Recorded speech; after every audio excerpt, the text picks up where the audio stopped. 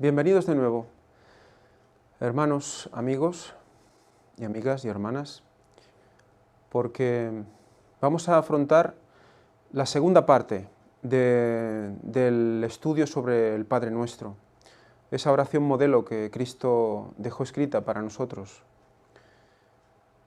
Pero antes vamos a hacerlo con una oración.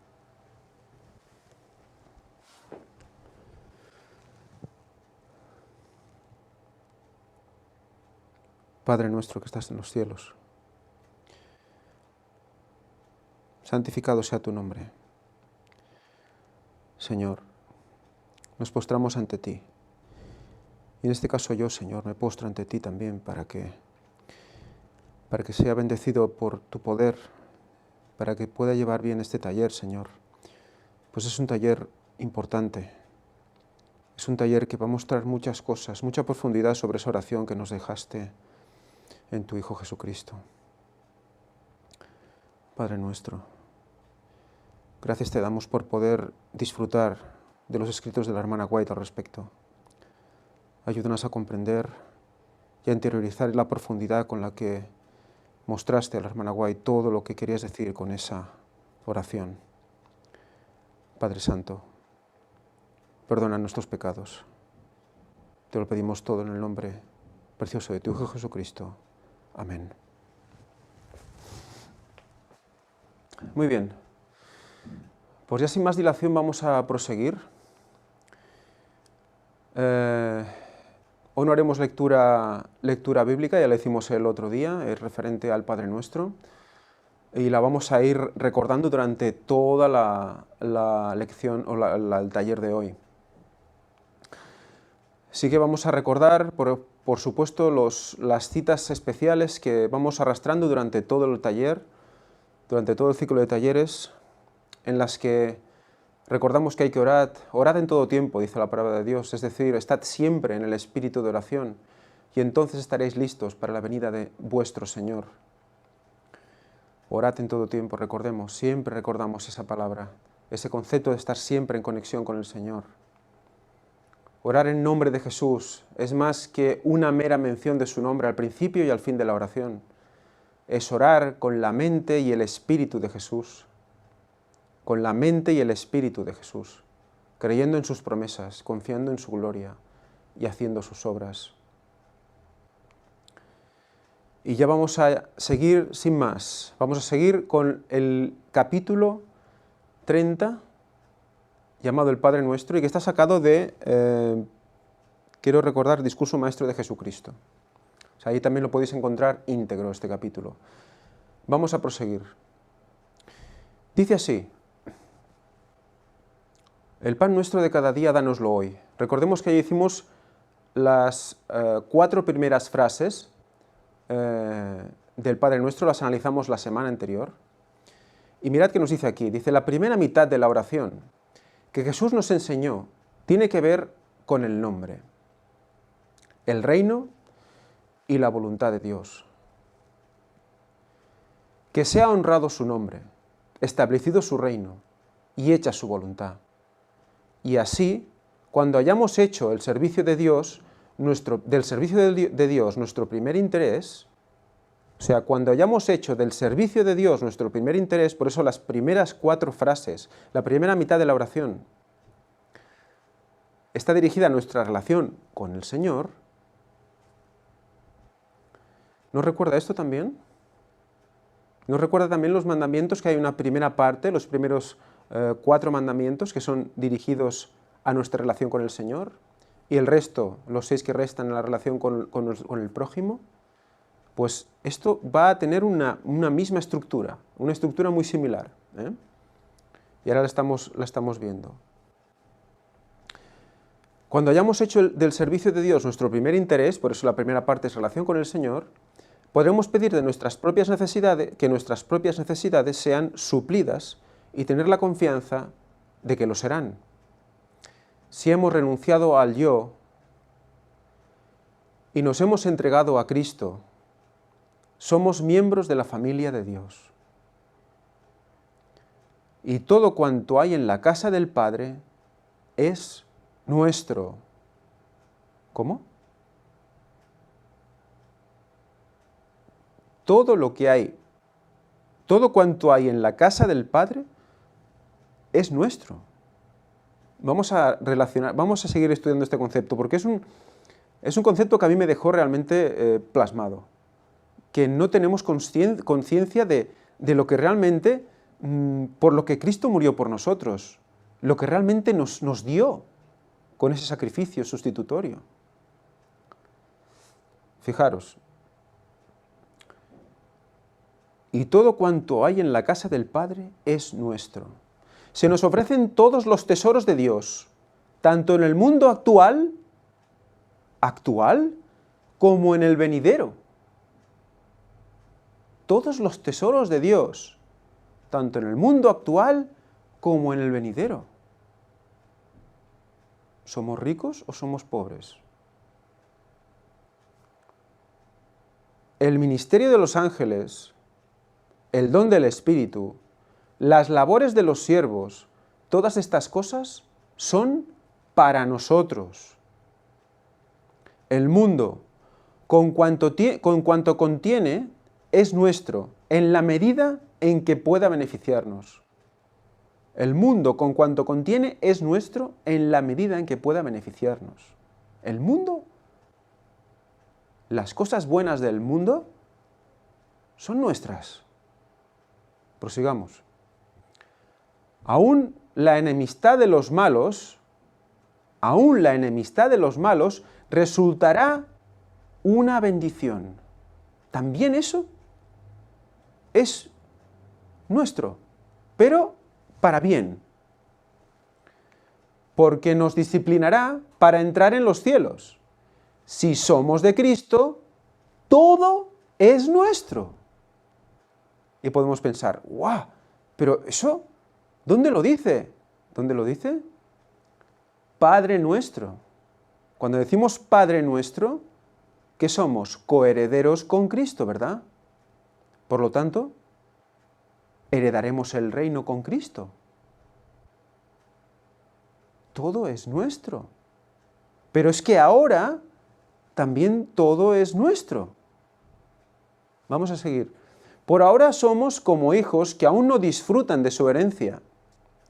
Dios no nos confía nuestro precioso legado, no sea que Satanás nos engañe con sus artificios astutos, como engañó a la primera pareja en el Edén. Cristo lo guarda seguro para nosotros, fuera del alcance del despojador. O sea, lo tengo todo aquí, para vosotros, en mí. Lo tengo todo.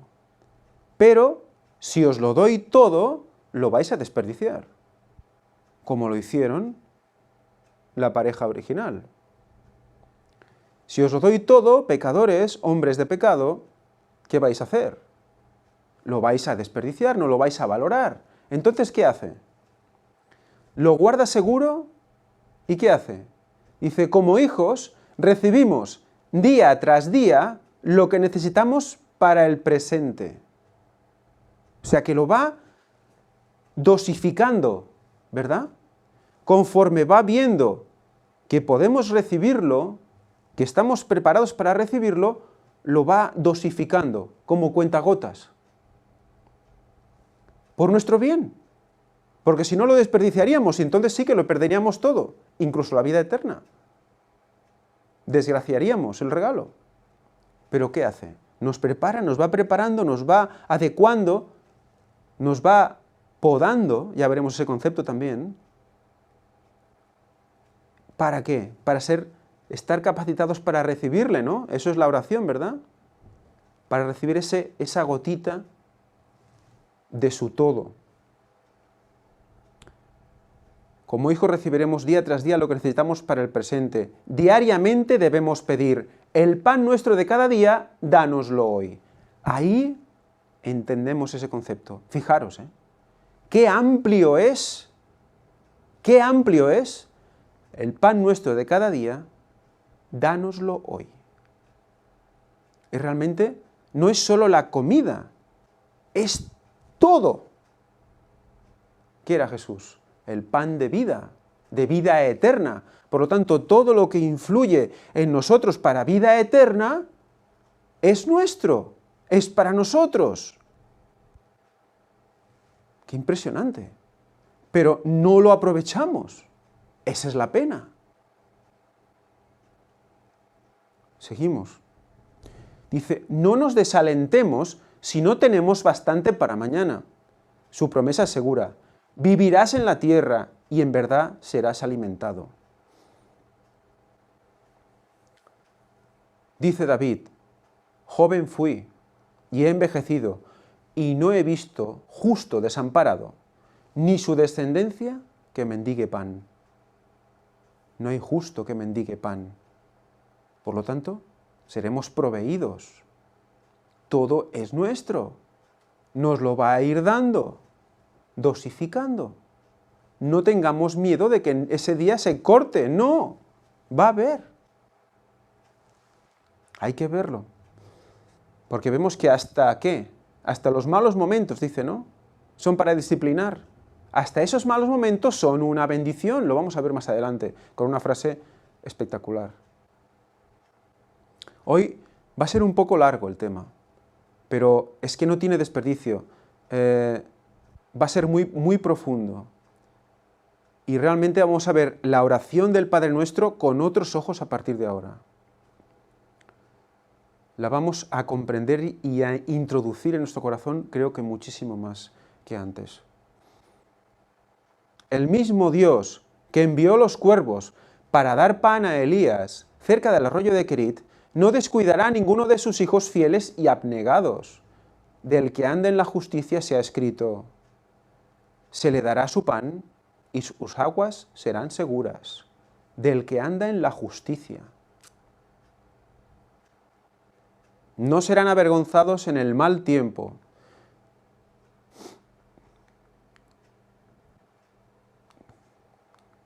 En el mal tiempo. Y en los días de hambre serán saciados. El que no escatimó ni a su propio Hijo, sino que lo entregó por todos nosotros, ¿cómo no nos dará también también con él todas las cosas? Fijaros, Isaías 33, 16. ¿Qué dice? El que no escatimó ni a su propio Hijo, sino que lo entregó por todos nosotros, ¿cómo nos dará también con él todas las cosas? Por lo tanto, ¿está o no está en la palabra de Dios? ¿No nos dará con él todas las cosas? Impresionante. Quería leer 1 Corintios 3. Lo que pasa es que se me ha pasado porque era en relación con la primera frase de todas. Si somos de Cristo, todo es nuestro. 1 Corintios 3, que dice así, el 23 y luego el 21.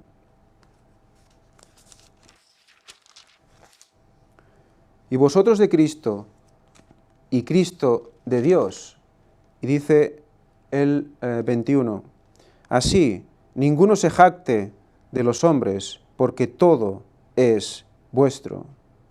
Así ninguno se jacte de los hombres, porque todo es vuestro.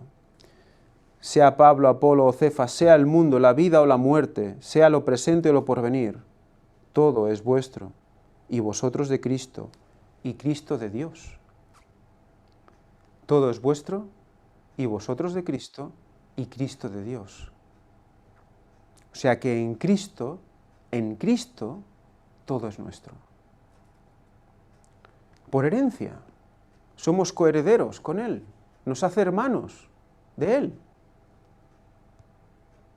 Y recordemos, Padre nuestro.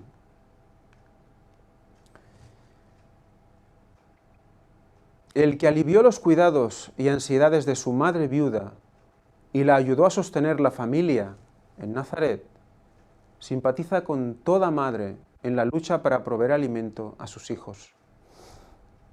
Quien se compadeció de las multitudes porque estaban desamparadas y dispersas, sigue teniendo compasión de los pobres que sufren. Les extiende la mano para bendecirlos, y en la misma plegaria que dio a sus discípulos, nos enseña a acordarnos de los pobres. Al orar, el pan nuestro de cada día dánoslo hoy, pedimos para los demás tanto como para nosotros mismos. O sea, cuando estamos pidiendo al Señor el abastecimiento diario, no solo para nosotros, sino también para los que lo necesitan, para los demás.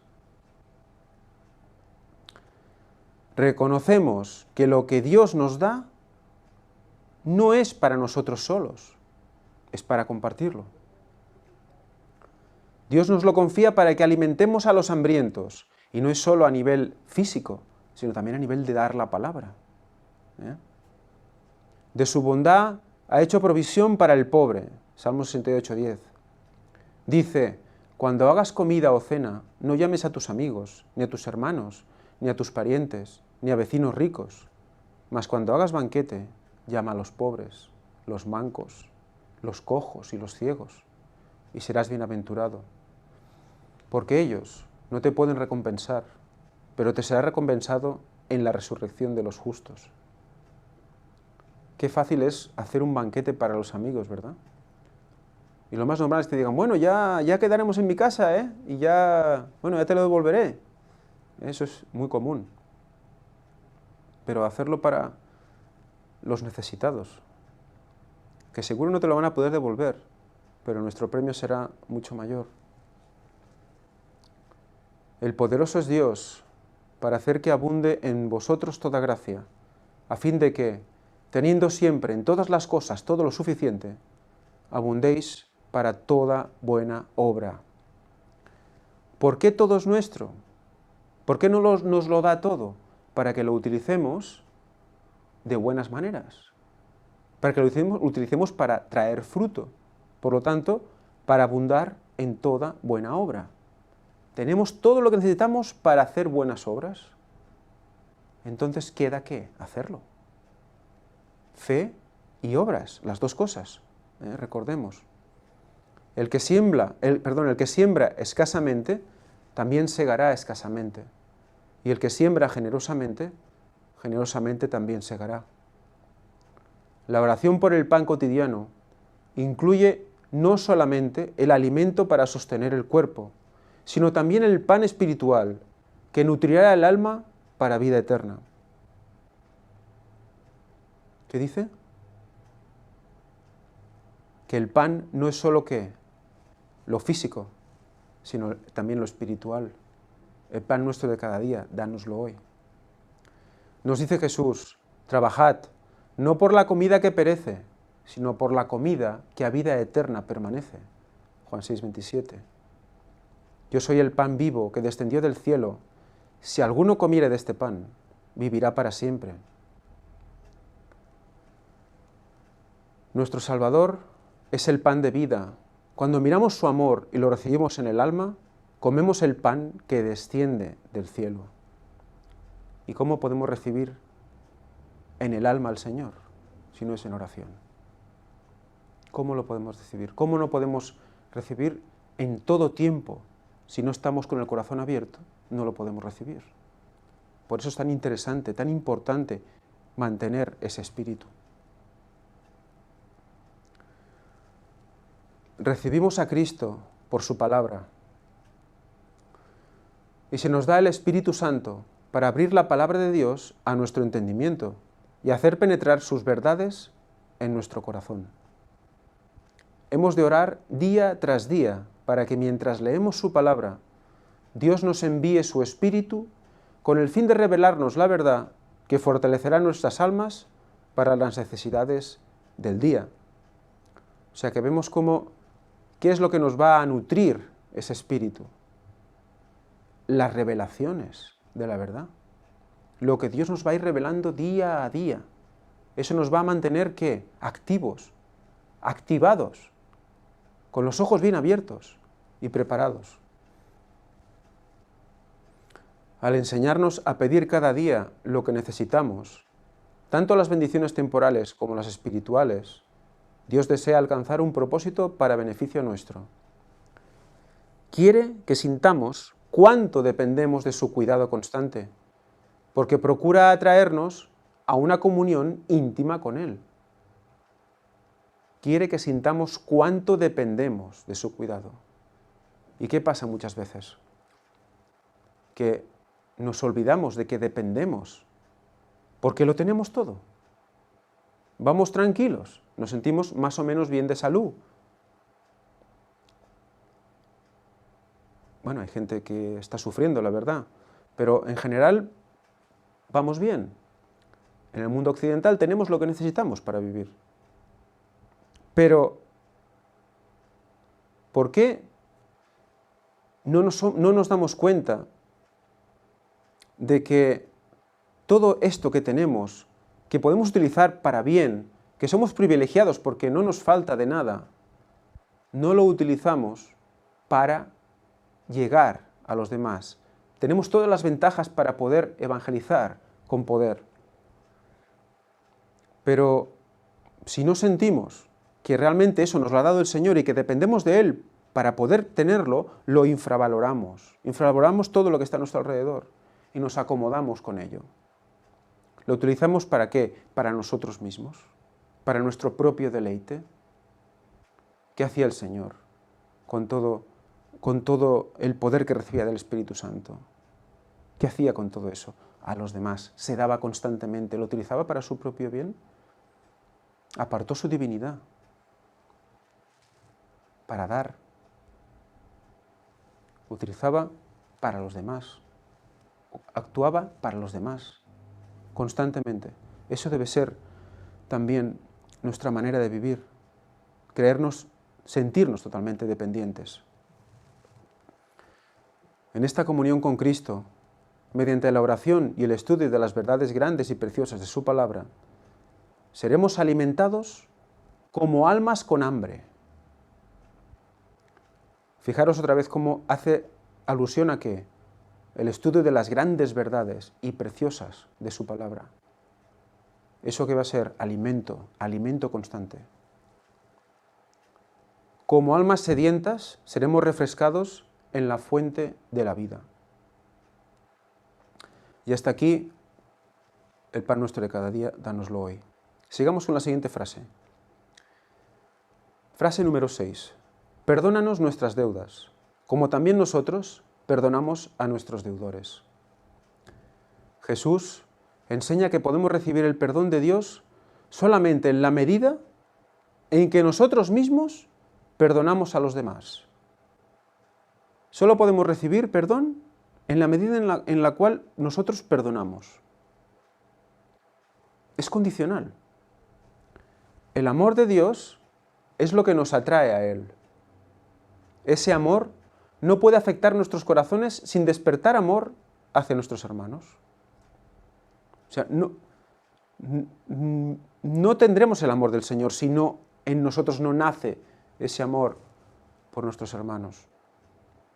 Al terminar el Padre Nuestro, añadió Jesús, porque si perdonáis a los hombres sus ofensas, os perdonará también a vosotros vuestro Padre Celestial. Mas si no perdonáis a los hombres sus ofensas, tampoco vuestro Padre os perdonará vuestras ofensas. El que no perdona suprime el único conducto por el cual puede recibir la misericordia de Dios. El único conducto. No dice el más importante, no dice de los más importantes, o el mayor, no, el único. O sea que no hay otro. No hay otro conducto para recibir la misericordia de Dios que el perdón. No debemos pensar que a menos que confiesen sus culpas los que nos han hecho daño, tenemos razón para no perdonarlos. Es curioso, ¿verdad? ¿Cuál es la primera reacción que tiene un ser humano?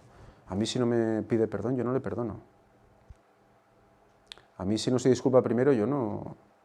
Ya por mí, nada. Ahí me quedo con el rencor toda la vida. Sin duda, es su deber, humillar sus corazones por el arrepentimiento y la confesión. Pero hemos de tener un espíritu compasivo hacia los que han pecado contra nosotros, confiesen o no sus faltas. Eso es realmente duro, ¿verdad? Perdonar porque sí, aunque no se disculpe. Cuesta, ¿verdad? Es un ejercicio que nos toca hacer a todos. Y vamos a sentir paz. Experimentémoslo. Por mucho que nos hayan ofendido, no debemos pensar de continuo en los agravios que hemos sufrido, ni compadecernos de nosotros mismos por los daños. Ostras, es que, porque me ha hecho esto, mira, pero pues, podría disculpar, porque yo estoy aquí sufriendo. Así como esperamos que Dios nos perdone nuestras ofensas, debemos perdonar a todos los que nos han hecho mal. A todos, se disculpen o no se disculpen, se muestren arrepentidos o no se muestren arrepentidos. Es indiferente. Pero el perdón tiene un significado más abarcante del que muchos suponen.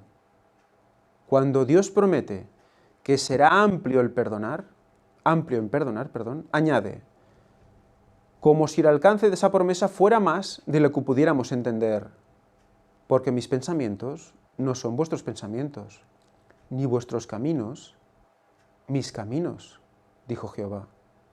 Como son más altos los cielos que la tierra, así son mis caminos más altos que vuestros caminos. Y mis pensamientos más que vuestros pensamientos.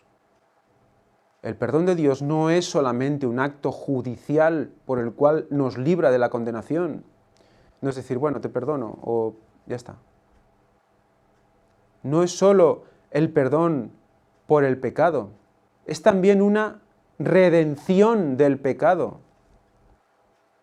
Es una redención del pecado. ¿Qué era la redención? ¿Qué era la redención? Que es el redentor del mundo. Cristo, ¿verdad? Ese nos compra por un precio. Es la eliminación del pecado por su sacrificio. La eliminación de los efectos. Él venció al pecado en la cruz. Por lo tanto, ¿por qué no confiamos más en ese sacrificio? Es la efusión del amor redentor que transforma el corazón. O sea que hay un poder en ese perdón. David tenía el verdadero concepto del perdón cuando oró: crea en mí, oh Dios, un corazón limpio y renueva un espíritu recto dentro de mí. Fijaros, ese es el concepto correcto y verdadero del perdón. O sea, al perdonar, recibimos el perdón de Dios. Y ese perdón implica redención del pecado. Quiere decir que un corazón limpio renueva un espíritu recto dentro de mí. O sea, limpiar nuestro interior. Eso es perdonar. Es más profundo de lo que nos podíamos imaginar. También dijo, cuanto está lejos el oriente del occidente, hizo alejar de nosotros nuestras rebeliones. Cuando Dios nos perdona, ¿dónde quedan los pecados? Lejos, ¿verdad? Totalmente apartados de nosotros. Son eliminados. Hay una limpieza de ese pecado en nosotros cuando pedimos perdón, cuando oramos para que Dios nos perdone. Dios se dio a sí mismo en Cristo por nuestros pecados. Sufrió la muerte cruel de la cruz. Llevó por nosotros el peso del pecado, el justo por los injustos, para revelarnos su amor y atraernos hacia Él.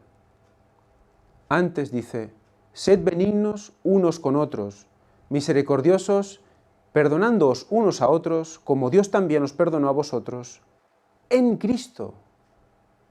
¿Nos perdona por nuestra cara bonita? ¿Nos perdona por qué? Porque Cristo tuvo que cumplir la ley en sí mismo. La paga del pecado, ¿qué es? La muerte. Y entonces tenemos acceso al perdón del Señor. La redención del pecado por el Redentor del mundo. En Cristo. También os perdonó a vosotros en Cristo. En Él somos perdonados. Porque al aceptar su sacrificio, Dios lo ve a Él y no nos ve a nosotros. Por lo tanto, somos perdonados. Dejad que more en vosotros Cristo, la vida divina, y que por medio de vosotros revele el amor nacido en el cielo, el cual inspirará esperanza a los desesperados y traerá la paz de los cielos al corazón afligido por el pecado. Cuando vamos a Dios, la primera condición que se nos impone es que, al recibir de Él misericordia, nos prestemos a revelar su gracia a otros. Ese debe ser nuestro cometido. De hecho, debe ser el fruto. Vamos a ver más sobre eso. Un requisito esencial para recibir e impartir el amor perdonador de Dios es conocer ese amor que nos profesa y creer en él. Satanás obra mediante todo engaño a su alcance para que no discernamos ese amor, para que no lo veamos.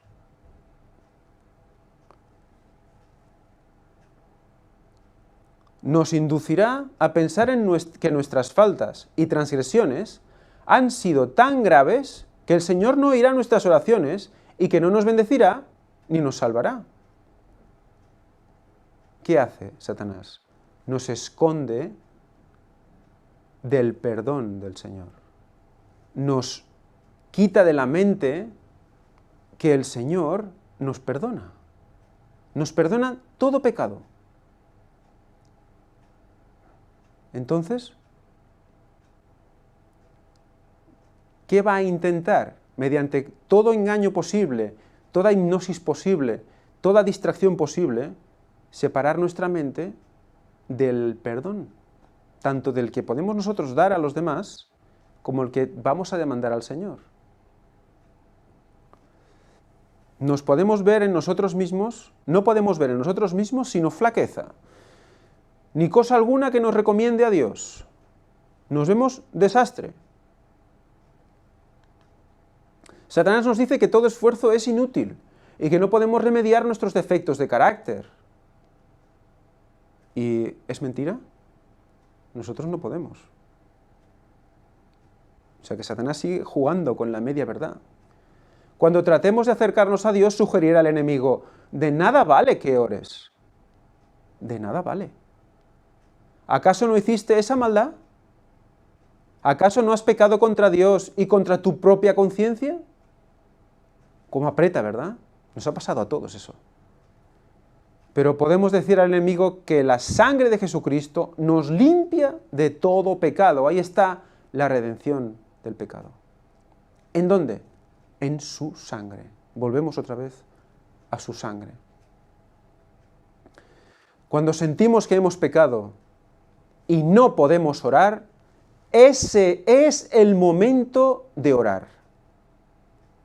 Ese es el momento de orar. ¿Cuándo? ¿Qué?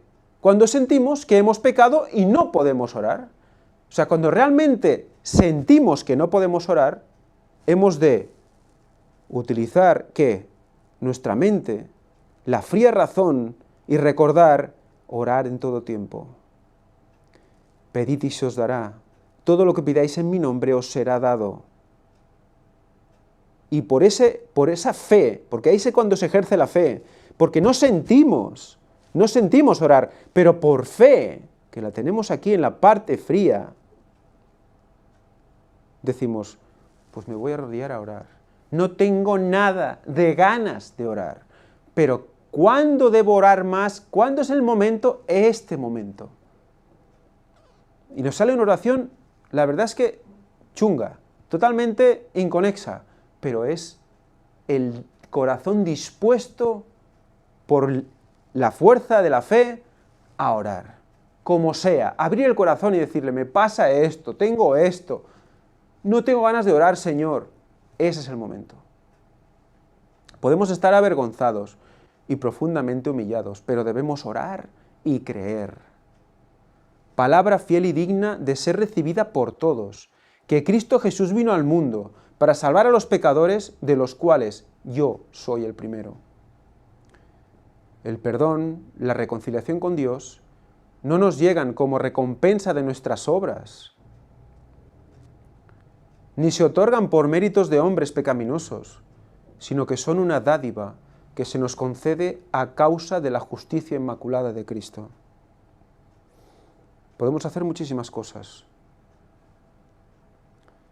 pero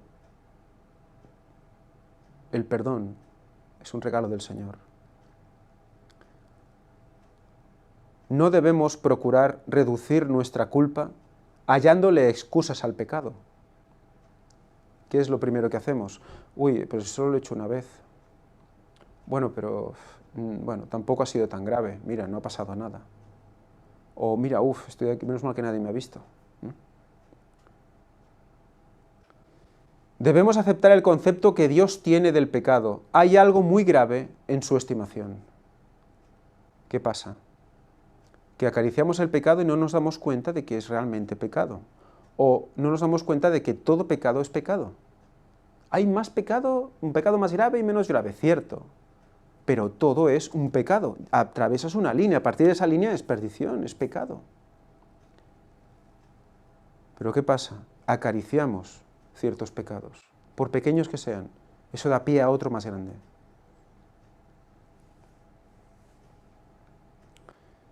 De hecho, es un sistema de autodefensa que tiene el ser humano, que es bueno, para no enfrentarme a lo que representa luchar contra esa tentación que Satanás pone en mi mente, me dejo llevar el corazón, dejo que el corazón decida. Entonces todo es mucho más sencillo, ¿verdad? Parece más fácil de entrada, ¿verdad? Es suave al paladar, pero luego en el estómago duele. Solamente el Calvario puede revelar la terrible enormidad del pecado. Cuando miramos al Calvario, entonces vemos, tuvo que morir por mi pecado. Por lo tanto, ¿qué estoy haciendo? ¿No es válida su muerte? Nuestra culpabilidad nos aplastaría si tuviéramos que cargarla. Pero el que no cometió pecado tomó nuestro lugar, aunque no lo merecíamos, llevó nuestra iniquidad. Si confesamos nuestros pecados, Dios es fiel y justo para perdonar nuestros pecados y limpiarnos de toda maldad. Verdad gloriosa. Él es justo con su propia ley y es a la vez el justificador de todos los que creen en Jesús. ¿Qué Dios como tú, que perdona la maldad y olvida el pecado del remanente de su heredad? ¿Olvida el pecado? No retuvo para siempre su enojo porque se deleita en misericordia. Se deleita en misericordia. ¿Y cuál es la única vía por la cual recibimos la misericordia de Dios? El perdón. Pues estábamos ya en la séptima frase, que es, no nos dejes caer en tentación, mas líbranos del mal. Y recuerdo yo cuando aprendí el catecismo, cuando iba yo a catequesis, cuando era pequeñito, en la Iglesia Católica, y yo recuerdo acabar aquí. No nos dejes caer en tentación, mas líbranos del mal. Amén. Y bueno, la verdad es que hay otra frase después, y lo vamos a ir viendo. Pero es muy curioso. Y cuando yo lo recordaba porque me lo aprendí de memoria, y es eso, líbranos del mal, amén. Y cuando me fijé en la frase que realmente no decíamos, pues digo, vaya, pues es realmente importante. Ahora lo vamos a ir viendo. Dice, no os dejes caer en tentación, mas líbranos del mal. La tentación es incitación al pecado, cosa que no procede de Dios, sino de Satanás. No pensemos nunca ni por un momento que es Dios el que nos tienta. Es Satanás el que nos tienta. Sino de Satanás y del mal que hay en nuestros propios corazones, porque tenemos una herencia. Y también hay como una acumulación propia también, porque vamos acariciando pecados y esos van quedando en nuestro corazón. Todo eso es lo que hace que nosotros caigamos en la tentación, o que se produzca una tentación. ¿Cuándo se produce una tentación? Cuando el cuerpo, cuando el pecador tiene una tendencia hacia eso. Por lo tanto, todo lo que salga de nuestro corazón que vaya buscando a Satanás, que es la tendencia natural del hombre, pues va a ser algo, va a ser un anzuelo, va a ser lo que Satanás va a utilizar para poner ahí su cebo. Dios no puede ser tentado por el mal, ni Él tienta a nadie. ¿Por qué Dios no puede ser tentado por el mal? Porque no tiene mal que busque mal, no tiene el corazón sucio que busque mal. Por eso tenemos tendencia al mal.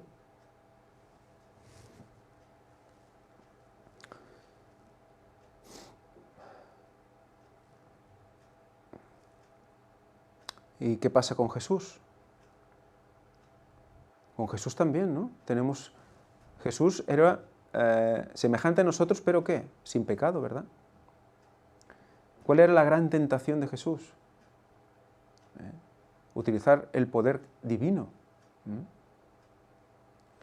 O sea que fijaros cómo también encarnándose sufre como hombre, pero tiene la tentación de utilizar el poder para sí mismo y no lo hace. Esa tentación nunca nosotros la vamos a tener. Sufrió todo lo que puede sufrir un hombre y más.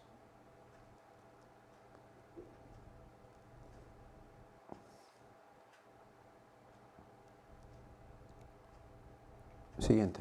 Satanás trata de arrastrarnos a la tentación para que el mal de nuestros caracteres pueda revelarse ante los hombres y los ángeles, y él pueda reclamarnos como suyos. En la profecía simbólica de Zacarías se ve a Satanás de pie a la diestra del ángel del Señor, acusando a Josué, el sumo sacerdote, que aparece vestido con ropas sucias y resistiendo la obra que el ángel desea hacer por él. Así se representa la actitud de Satanás hacia cada alma de Cristo que Cristo trata de atraer. El enemigo nos induce a pecar y luego nos acusa ante el universo celestial como indignos del amor de Dios. Pero dijo Jehová a Satanás: Jehová te reprenda, oh Satanás, Jehová que ha escogido a Jerusalén, te reprenda. ¿No es este un tizón arrebatado del incendio?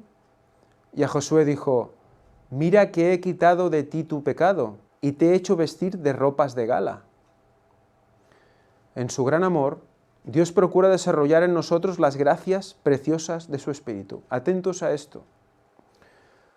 Dios procura desarrollar en nosotros las gracias preciosas de su Espíritu. ¿Y cómo lo hace? Permite, no tienta, permite que hallemos obstáculos, persecución y opresiones, pero no como una maldición, sino como a la bendición más grande de nuestra vida. Entonces aquí nos toca parar un momento. Vamos a reflexionar un poco sobre esto. La bendición más grande de nuestra vida. ¿Cuál es la tendencia natural del hombre? Cuando nos pasa algo, ¿qué es? Maldecir, enfadarnos. ¿Por qué yo? ¿Por qué a mí? ¿Qué he hecho yo para merecer esto?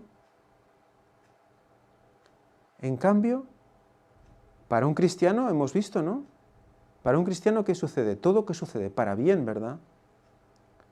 Pues como cristianos no podemos caer en esa tentación, que es maldecir, caer bajo, decir malas palabras. ¿Por qué? Porque resulta que eso que nos está pasando puede ser que, o es que, la bendición más grande de nuestra vida. Lo hemos visto al principio, ¿verdad? Cómo Dios también las cosas malas las lleva para bien. ¿Cómo? Permite que nos pasen cosas, permite que haya obstáculos y persecución, porque cuando superamos esa prueba, que es que ya en sí misma, la bendición más grande de nuestra vida, ¿qué hace Él? dosifica, como hemos dicho antes, ¿verdad? Dosifica y nos da un poquito de su todo, de su mundo, que ya es nuestro, por coherencia con Jesús, pero no lo podemos recibir aún todo, nos lo va dando a gotitas, dosificando. O sea que muchas veces no somos capaces de identificar la bendición. Decimos, yo estoy llorando y solo me pasan cosas malas, solo sufro. Pero quizás no estamos viendo más allá. No estamos viendo que gracias a que Dios permitió esa cosa que nos ha pasado, algo de nuestro carácter ha surgido, algo de nuestro carácter hemos conocido y hemos identificado que no queremos tener con nosotros.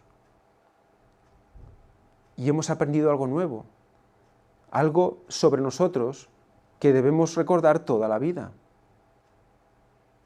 Y eso es una bendición, la bendición de nuestra vida. Hasta ese momento, claro. O sea que fijaros cómo el concepto de bendición coge un ámbito realmente amplio. Hay veces que no sabemos por qué dar gracias, ¿no? Pues gracias por esa prueba, gracias por lo que estoy pasando, porque es la bendición de mi vida. Claro, siempre y cuando vayamos en consonancia con el Señor.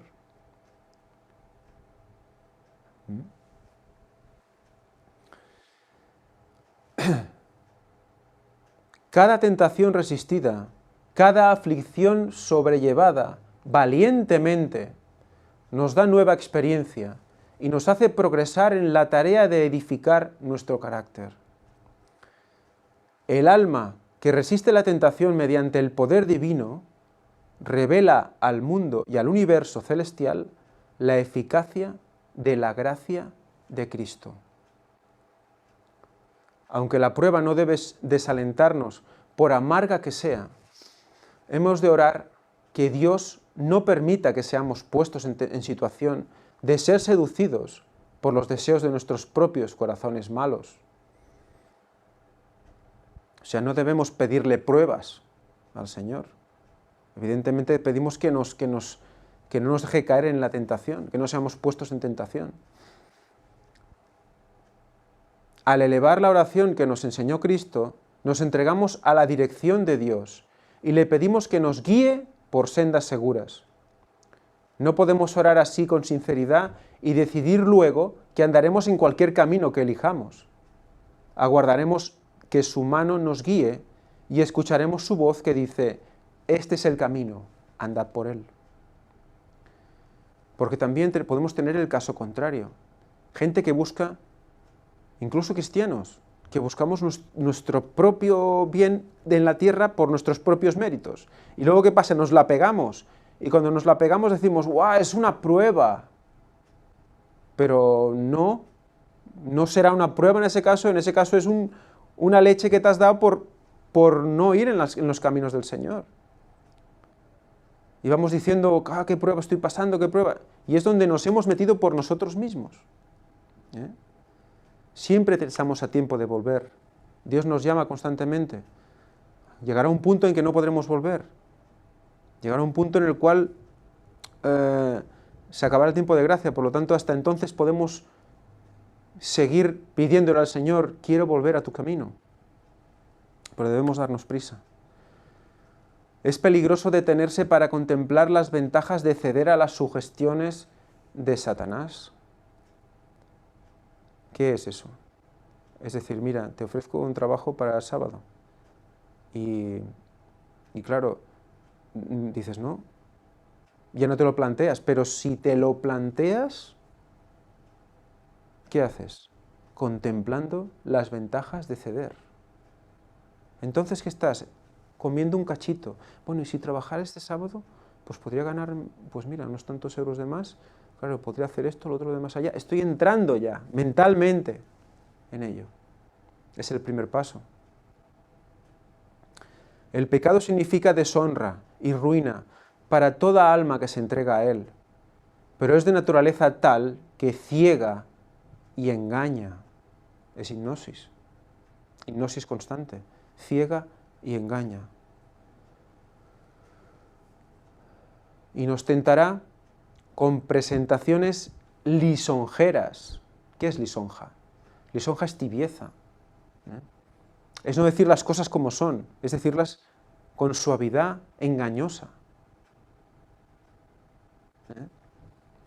Si nos aventuramos en el terreno de Satanás, no hay seguridad de que seremos protegidos contra su poder.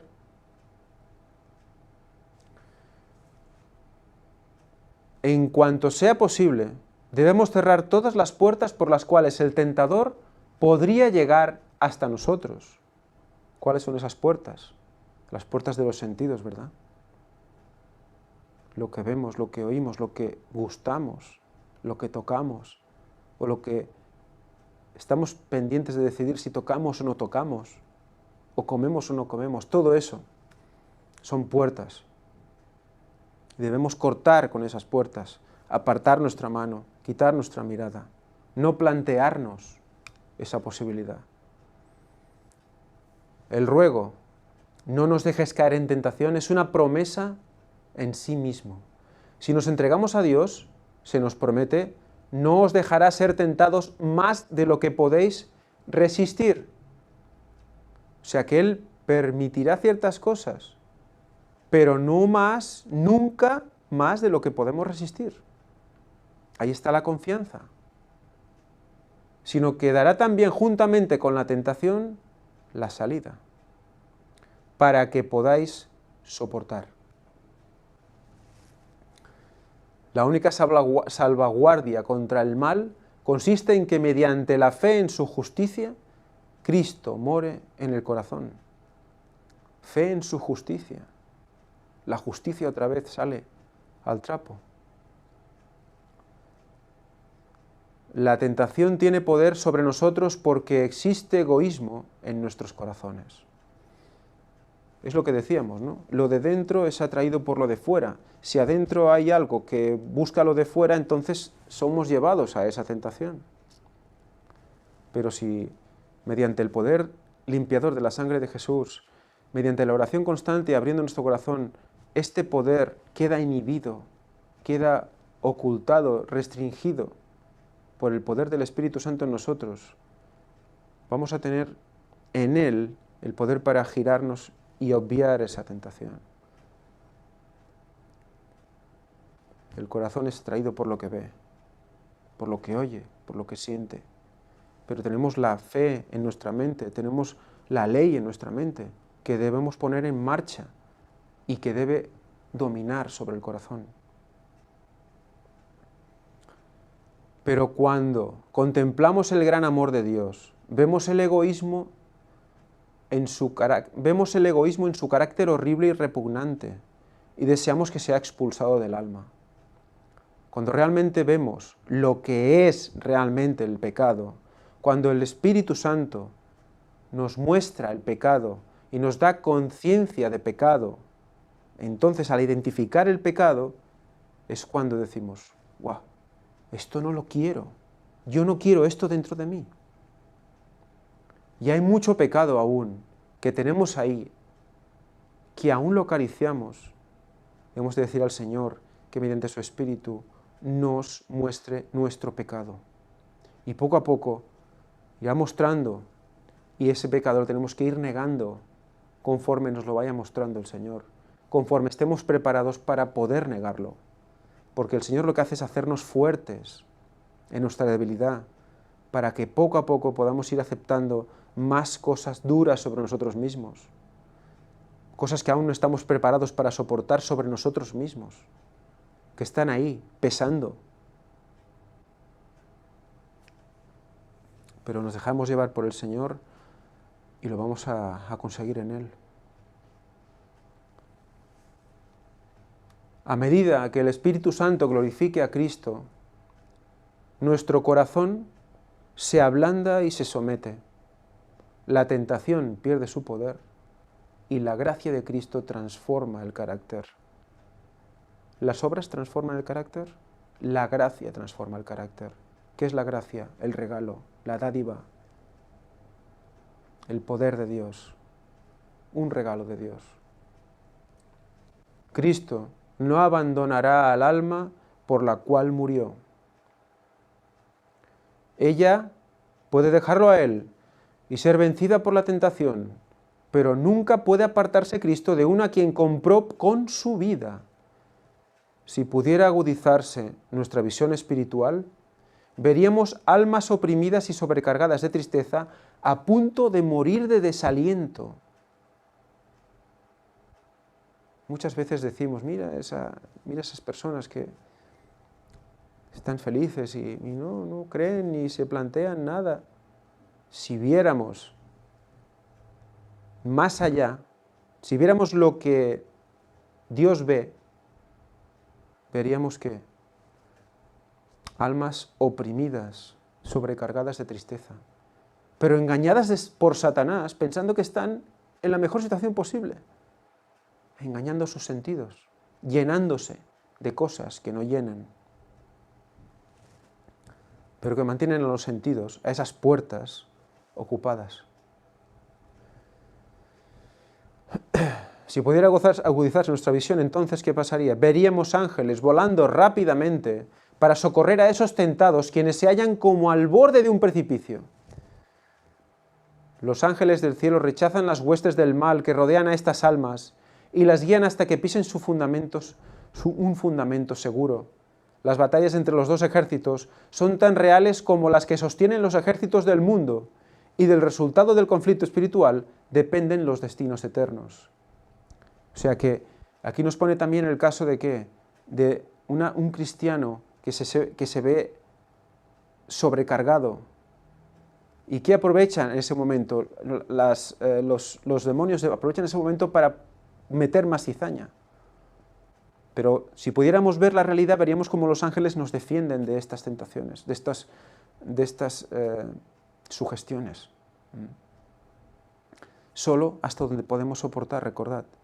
Cristo solo permite, el Señor solo permite, hasta donde podamos soportar. Del resto se ocupa Él y los santos ángeles.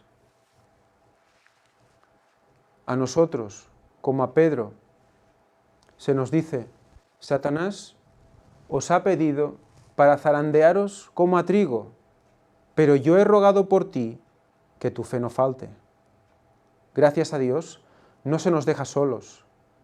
El que de tal manera amó al mundo, que ha dado a su Hijo unigénito, para que todo aquel que en él cree no se pierda, mas tenga vida eterna, no nos abandonará en la lucha contra el enemigo de Dios y de los hombres. He aquí, dice, os doy potestad de hollar serpientes y escorpiones, y sobre toda fuerza del enemigo, y nada os dañará.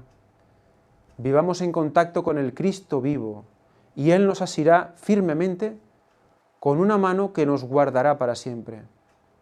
Creamos en el amor con que Dios nos ama, y estaremos seguros. Este amor es una fortaleza inexpugnable contra todos los engaños y ataques de Satanás. Torre fuerte es el nombre de Jehová. A Él correrá el justo y será levantado. Precioso todo, ¿verdad? Y vamos a afrontar la última frase del Padre Nuestro. Porque tuyo es el reino, el poder y la gloria. Increíble, ¿no? Yo me gustaría tener respuestas de vosotros si gente que tiene pues 40 o, bueno, ya tenemos una edad, ¿verdad? 40, 50 años o mayores, que recuerden cuando aprendieron el Padre Nuestro, si realmente lo aprendieron hasta aquí o lo aprendieron hasta la frase anterior. Porque es curioso que yo no recuerde más y no recuerde esta frase. Porque obviar, porque tuyo es el reino, el poder y la gloria, ¿qué significa? ¿El Padre Nuestro es oración hasta no reconocer de quién es el reino?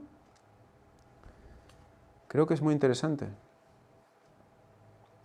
La última frase del Padre Nuestro, así como la primera, por lo tanto es un quiasma, se señala a nuestro Padre como superior a todo poder y autoridad y a todo nombre que se mencione. El Salvador contemplaba los años que esperaban a los discípulos, no con el esplendor y la prosperidad y el honor mundanos con que habían soñado, sino en la oscuridad de las tempestades del odio humano y de la ira satánica. En medio de la lucha y la ruina de la nación, los discípulos estarían acosados de peligros y a menudo el miedo oprimiría sus corazones. Habrían de ver a Jerusalén desolada, el templo arrasado, su culto suprimido para siempre, e Israel esparcido por todas las tierras como náufragos en una playa desierta.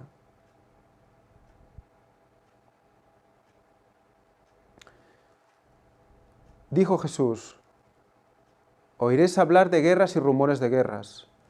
Se levantará nación contra nación y reino contra reino. Y habrá pestes y hambres y terremotos por diferentes lugares, y todo esto será principio de dolores. Mateo 24, del 6 al 8. A pesar de ello, los discípulos de Cristo no debían pensar que su esperanza era vana, ni que Dios había abandonado al mundo. El poder y la gloria pertenecen a aquel cuyos grandes propósitos se irán cumpliendo sin impedimento hasta su consumación. Fijaros, el poder y la gloria pertenecen a aquel cuyos grandes propósitos irán cumpliendo sin impedimento. O sea, nada va a hacer que esos sucesos se retrasen, se adelanten. No, se irán cumpliendo sin impedimento hasta su consumación. Por lo tanto, todos los esfuerzos, todas las negativas, todos los desalientos están descontados de esta, porque Él es Dios y sabe qué va a pasar. Por lo tanto, lo tiene descontado de la ecuación. Se irán cumpliendo sin impedimento hasta su consumación, hasta su venida, en el momento concreto de su venida. 2031. En aquella oración que expresaba sus necesidades diarias, la atención de los discípulos de Cristo fue dirigida por encima de todo el poder y el dominio del mal hacia el Señor su Dios, cuyo reino gobierna a todos, a quien es Padre y amigo eterno. Disculpad un momento.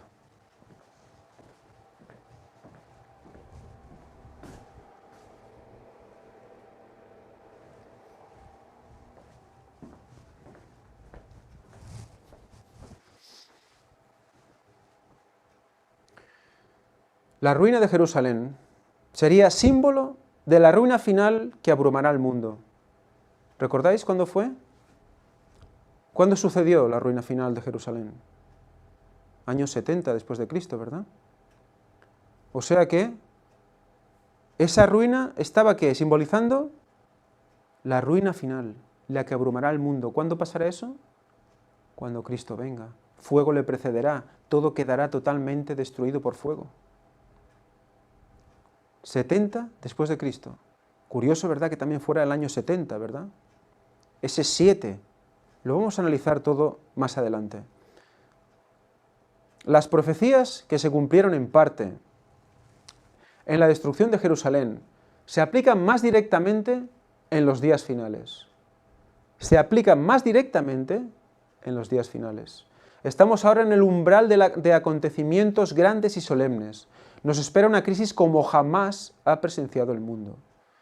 Tal como a los primeros discípulos nos resulta dulce la segura promesa de que el reino de Dios se levanta sobre todo. El programa de los acontecimientos venideros está en manos de nuestro Hacedor. La majestad del cielo tiene a su cargo el destino de las naciones, así como también lo que añade a la Iglesia. Lo que atañe a la Iglesia. Todo lo tiene a su cargo, todo lo tiene sabido. El instructor divino dice a todo instrumento en el desarrollo de sus planes, como dijo a Ciro: yo te ceñiré, aunque tú no me conociste. O sea que está al control de todo y de todos. En la visión del profeta Ezequiel se veía como una mano debajo de las alas de los querubines. Era para enseñar a los siervos que el poder divino es lo que les da éxito, esa mano que los sostiene. Aquellos a quienes Dios emplea como mensajeros suyos no deben pensar que su obra depende de ellos, no depende de nosotros. Lo que estoy haciendo aquí no depende de mí. Soy totalmente prescindible. Lo que está haciendo Víctor, lo que está haciendo Pues todos los que quieren hacer algo en nombre del Señor. No depende de ellos.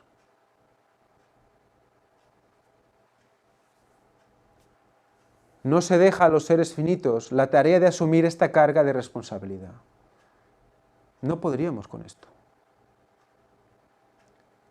El que no duerme, sino que obra incesantemente por el cumplimiento de sus propósitos, hará progresar su causa.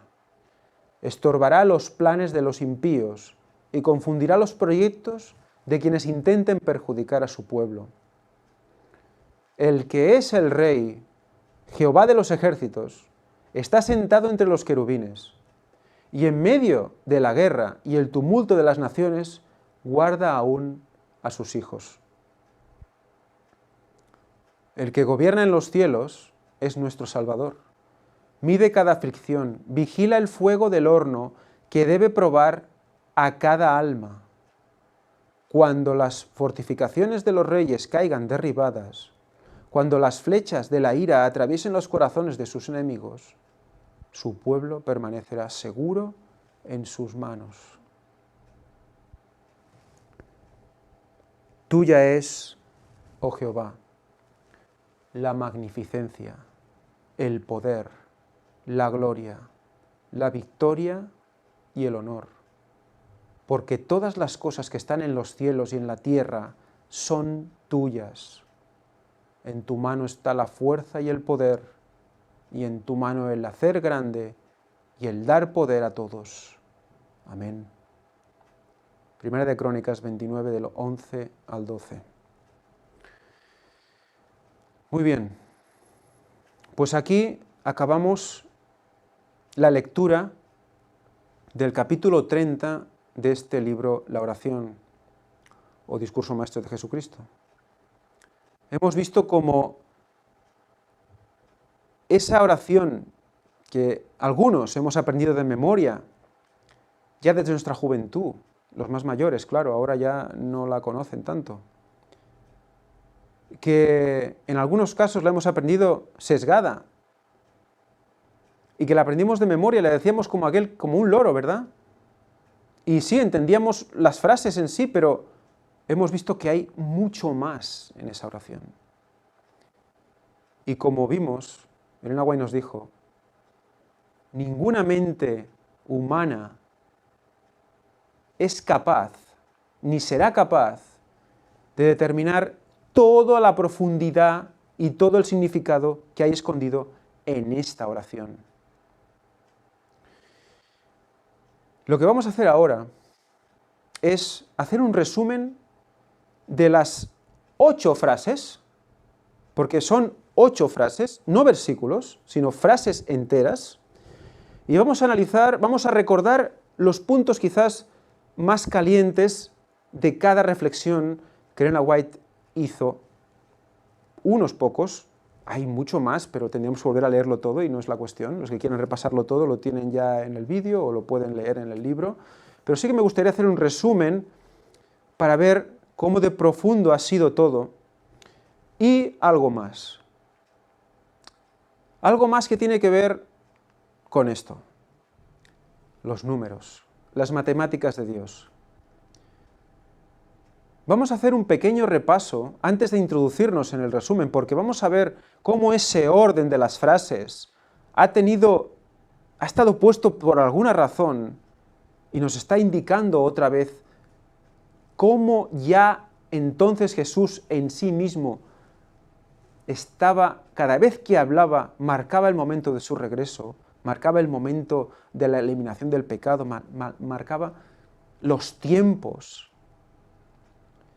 Y vamos a hacer un pequeño repaso con esta pequeña chuleta de cómo funcionan las matemáticas de Dios. Ya lo hemos hecho muchas veces en el tercer Elías, lo hemos hecho muchas veces en Hay fecha para el retorno de Cristo, siempre hablamos del 3, del 4, del 2, del 6, del 7, pero quizás nunca hemos hecho una explicación concreta de cuando hablamos del tercer milenio, de los 3000 años, qué implica y qué incluye todo esto, ¿verdad? Vamos a empezar con una pequeña explicación sencilla antes de seguir con el resumen del Padre Nuestro.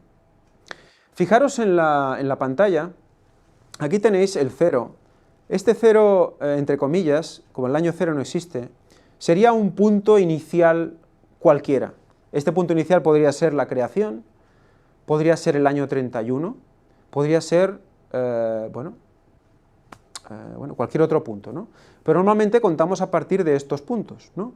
De la creación y también de la caída de Adán y también de la muerte de Cristo en el año 31, para poder saber cuándo es su regreso. Entonces, por ejemplo, si este punto cero inicial fuera el año 31, sabemos que 2000 años después, por lo tanto, tenemos aquí 0, tenemos 1000, 2000 años después sería el 2031.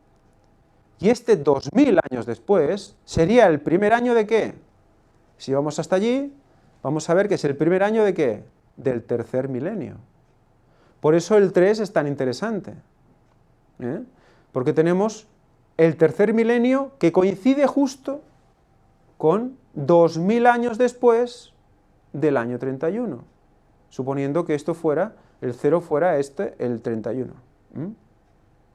31 más 2000, 2031, y sería el tercer milenio desde su muerte, y ahí sería su regreso.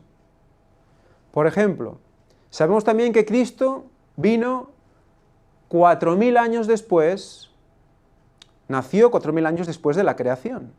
Por lo tanto, supongamos pues que ahora el 0 es la creación, y sumamos 1000, 2000, 3000, 4000 años después. 4000 años después de la creación, que es que el quinto milenio es el primer año, porque veis es 4000, 4001, 4002, el 4000 incluido es el primer año del quinto milenio, que incluye del 4000 al 4999, igual que el cuarto milenio del 3000 al 3999, y así sucesivamente. Fijaros como el primer año del milenio siempre es como un número ordinal menos que el milenio al que representa. Año 2000, primer año del tercer milenio. Como veis, el primer milenio, evidentemente, coge pues desde el 1 hasta el 999, y así sucesivamente. Otro ejemplo. Sabemos que desde la creación, desde la caída de Adán son 6000 años y Cristo vuelve. Pues entonces ponemos en el punto cero inicial la creación y contamos 1000, 2000, 3000, 4000, 5000, 6000. 6000 años desde la creación, que sería el primer año ¿de qué? Del séptimo milenio. Por eso el 6, que en muchas ocasiones lo hemos asociado con 6000, y el 7, séptimo milenio, los dos son números utilizados por Dios para mostrarnos ese momento. También sabemos que, ¿qué pasa? Que después de que Cristo viene, hay, ¿qué? 1000 años en el cielo, ¿verdad? 1000 años, por lo tanto, del 6000 al 7000, respecto de la transgresión de Adán, hemos dicho, sería ese milenio en el cielo, ¿verdad? O sea, todo es todo este milenio de aquí, en el cielo. Y cuando se cumple el año 7000 respecto de la transgresión, que sería el primer año del octavo milenio, ¿qué pasará aquí? Los impíos mueren quemados en el lago de fuego con Satanás y sus ángeles, en el octavo milenio. O sea que, fijaros cómo es muy interesante, es muy, creo, importante que cuando hablemos de cuarto milenio, quinto milenio, 4000 años, 5000 años, sepamos en qué punto estamos para no cometer errores a la hora de expresarnos. y no liar tampoco a los que nos están escuchando.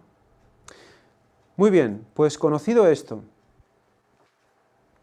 vamos a, bueno, otro ejemplo, por ejemplo, si ponemos como partida el año 31, sabemos que son 1000, 2000 años hasta su venida, y luego que son 1000 años más, juzgando, ¿verdad? Por lo tanto, 3000 años después del año 31, también será el punto en el cual tendremos que el juicio final también. Los impíos serán quemados. Esta vez respecto de ¿qué? Del año 31. O sea que todo este milenio, desde que viene, todo este milenio será en el cielo. Y cuando llegue el 3000 desde el año 31, por lo tanto el 3031, en ese momento tendremos el juicio final de los impíos. O sea que si ahora tenéis la oportunidad y le queréis hacer una foto o tener una captura de pantalla a esta chuleta, nos irá bien para comprender lo que vamos a ir viendo ahora mismo seguidamente. Primero y antes de nada, ¿cómo empezó todo en este capítulo? Vosotros pues oraréis así. Nuestro Salvador dio 2 veces el Padre Nuestro. La primera vez a la multitud, en el Sermón del Monte, y la segunda vez, algunos meses más tarde, a los discípulos solos.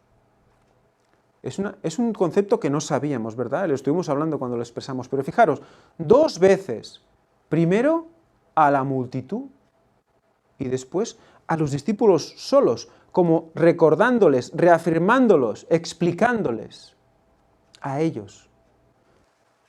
Fijaros lo interesante de todo esto. Cuando vino la primera vez el Señor, ¿a quién vino? Vino a morir por toda la humanidad, ¿verdad? Por todos. Y la segunda vez, cuando venga, ¿a quién vendrá a recoger? A los suyos, ¿verdad? Pues qué concepto más interesante, porque es como si nos estuviera diciendo, al decirlo 2 veces, y no es solo el Padre Nuestro, porque si os fijáis, durante toda su vida, cuando explicaba una parábola a la multitud, luego le explicaba el significado y se la volvía a explicar en privado a los discípulos.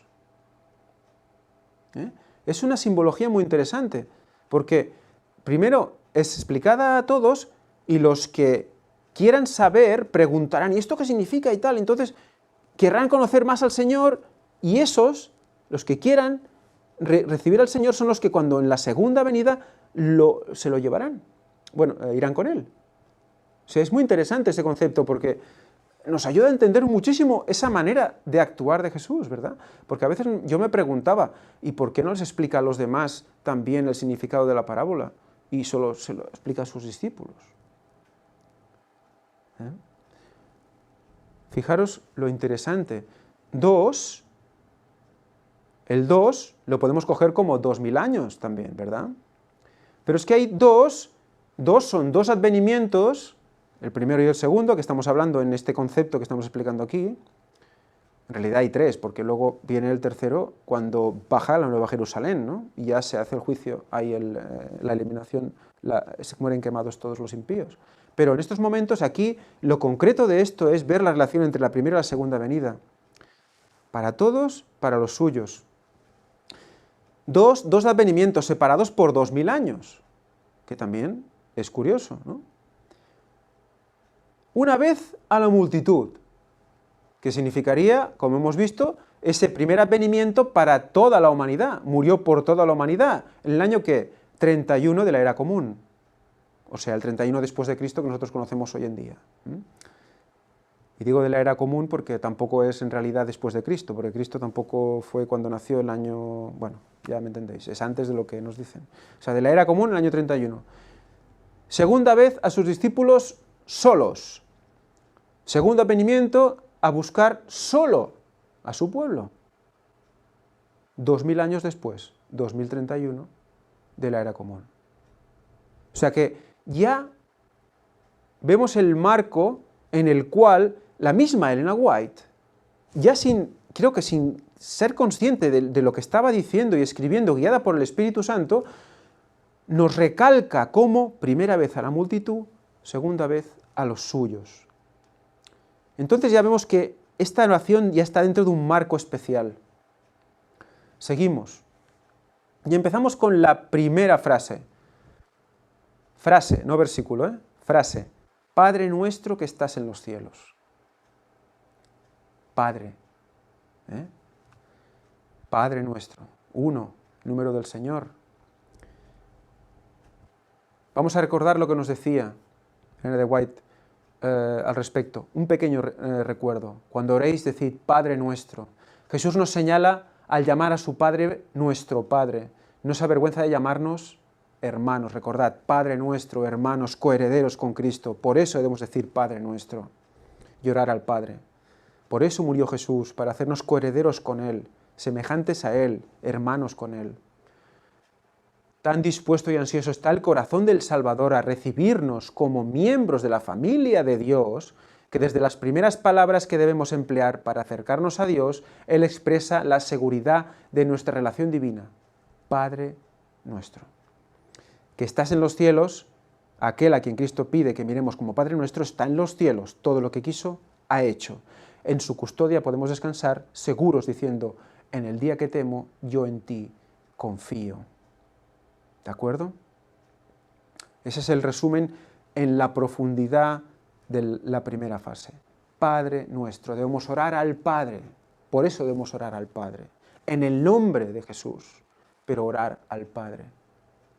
¿Para qué? Porque si decimos Padre somos hijos y Él también es hijo, por lo tanto, es impresionante cómo en su muerte nos pone a su nivel casi, semejantes a Él, bueno, casi no, a su nivel, como hijos, como hermanos.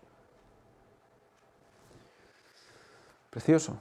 Bueno, cubiertos por Él, evidentemente, si no, no podríamos estar ahí. Segunda frase, santificado sea tu nombre.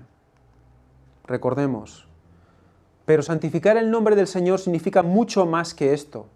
Podemos manifestar, como los judíos contemporáneos de Cristo, la mayor reverencia externa hacia Dios y, no obstante, profanar su nombre continuamente. El nombre de Jehová, fijaros, esto no hice el énfasis necesario cuando lo estuvimos presentando.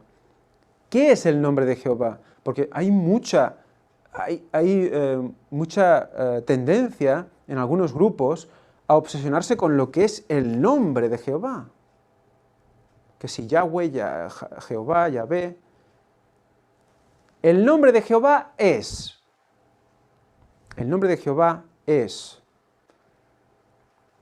¿Qué es el nombre de Jehová? Es fuerte,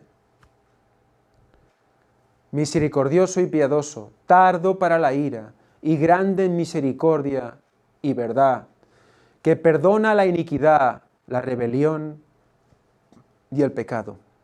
Todo eso representa el nombre de Jehová, porque claro, es que la mente y el espíritu, cuando decimos en su nombre es, el nombre de Jesús es mente y espíritu, por lo tanto ese nombre está como arrastrando todas las características de Dios, ¿verdad?